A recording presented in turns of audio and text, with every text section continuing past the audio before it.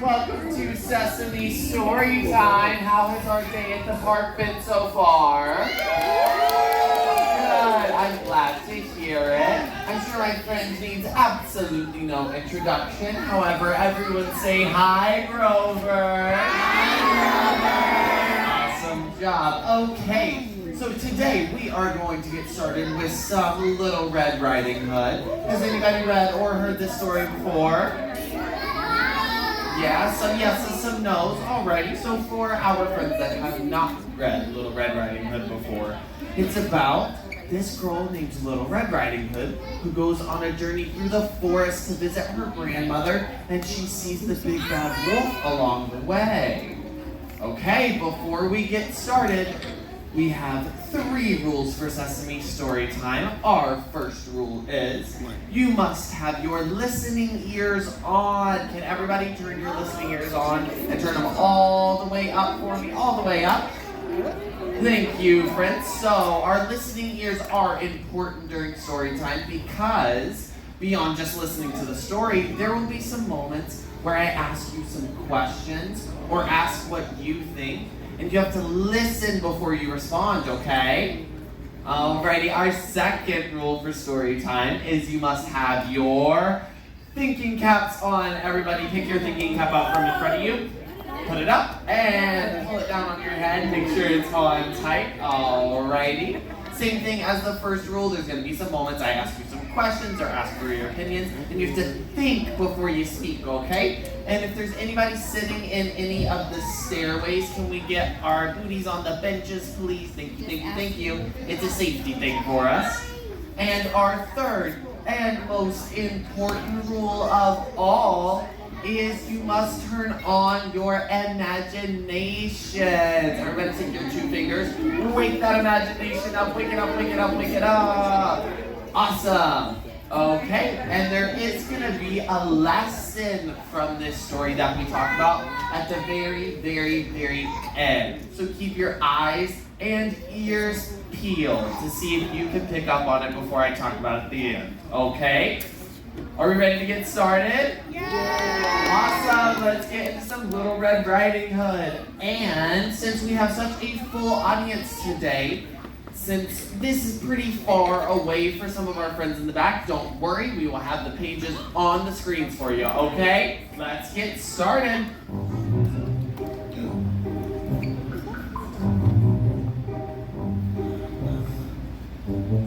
Once upon a time, there was a kind and helpful girl named Little Red Riding Hood. She lived with her mother in a cottage at the edge of a forest. One morning, Little Red Riding Hood's mother said, "Oh, Little Red Riding Hood, your grandmother isn't feeling well. Would you please take her a basket of food?" Soon, the basket was packed and Little Red Riding Hood was ready to go. As Little Red Riding Hood was leaving, her mother gave her a warning. Be careful in the forest and beware of the big bad wolf, she said. And Little Red Riding Hood went on her way. She had not gone very far before the big bad wolf appeared. "Hello, little girl," said the wolf. "Where are you going?" "Oh, just to my grandmother's with this basket of food," said Little Red Riding Hood, and off she went. So, first question of our story time. Do we think it was the best choice for Little Red Riding Hood to tell the big bad wolf where she was going? No. No, her mother even gave her a warning and said, "Be careful and beware of him." She didn't seem to do that so far, right? Let's see what happens. Little Red Riding Hood soon came to a clearing in the forest with flowers. "How pretty," said Little Red Riding Hood. She knew that her grandmother loved daisies, so she picked some and put them in her basket. Then she continued on her way. Alrighty, friends, her grandmother loves daisies. Does anybody else have any favorite flowers? Yell them out all at once. Lily. Oh, no. Oh, sunflowers are my favorite too. Alrighty, friends. Next up, Little Red Riding Hood skipped through the forest until she came to a big oak tree.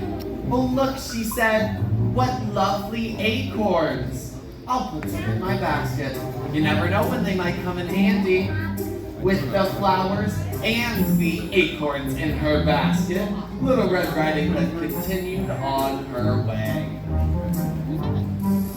Little Red Riding Hood wandered along, and by she came across a bear with a huge pot of honey.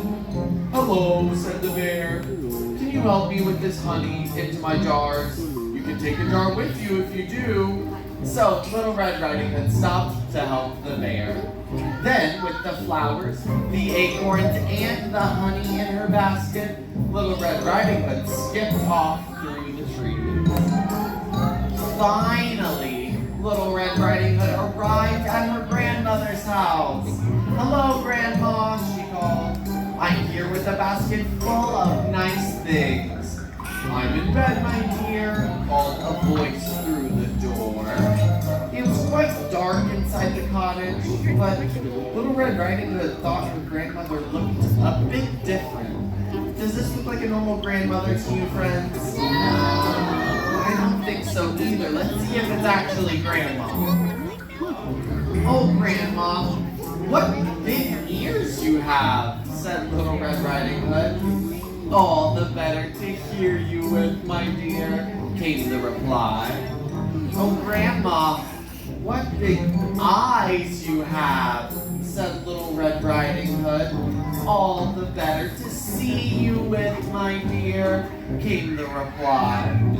Oh, Grandma, what big teeth you have, said Little Red Riding Hood. All the better to eat you with, my dear, said the big bad wolf. He had been disguised as Grandma all along. And with that, the wolf jumped out of the bed and chased Little Red Riding Hood around the room.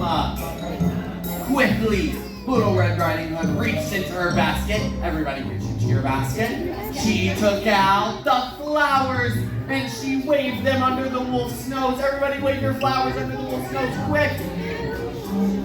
The wolf sneezed and sneezed and sneezed. But that didn't stop him for long. So, Little Red Riding Hood reached into her basket again. Let's reach in, friends. She pulled out the acorns and she threw them on the floor. Throw your acorns on the floor. The wolf skidded and slipped and skated all over, but that didn't stop him either. No. So, Little Red Riding Hood reached into her basket for the last time. She took out the jar of honey and she threw it all over the wolf. Throw your honey, friends. Yuck! I'm covered in sticky honey, yelped the wolf. Just you wait and see what happens next, said Little Red Riding Hood. The sticky honey smelled so delicious that a swarm of bees flew in through the window and chased the wolf at the door. Everyone buzzed like bees. The big bad wolf ran down the road and was never, ever seen again.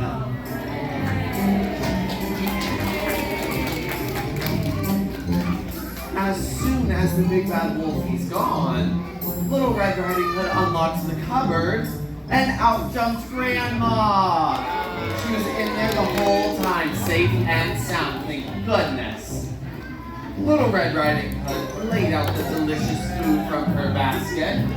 Then, she and her grandmother had a wonderful feast, and they both lived happily ever after.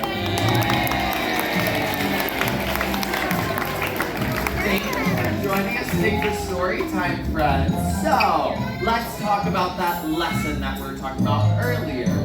Do we think that it was the best choice in the beginning for Little Red to tell the wolf where she was going? No, it kind of got her into a bit of trouble for the day, didn't it? Yeah. Yeah, so remember, friends, do not talk to strangers because sometimes crazy things like that can happen, right?